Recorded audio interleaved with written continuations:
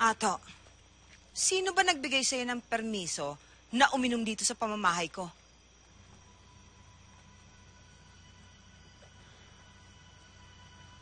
Tumawag ko yung tatay ko.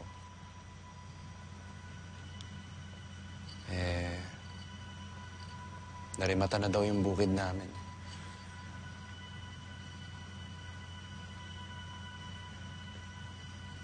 Wala siya nagawa.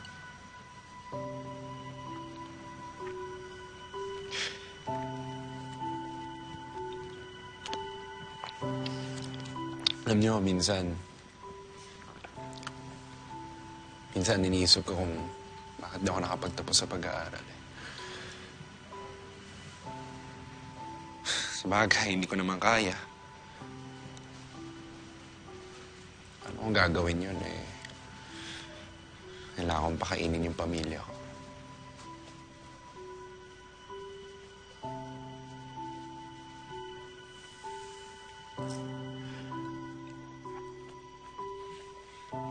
Ato, alam mo, yung pag-inom mo, hindi naman yan ang kasagutan sa mga problema mo eh.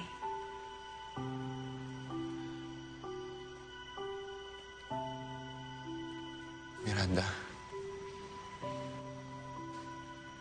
salamat sa pagtingin mo sa akin.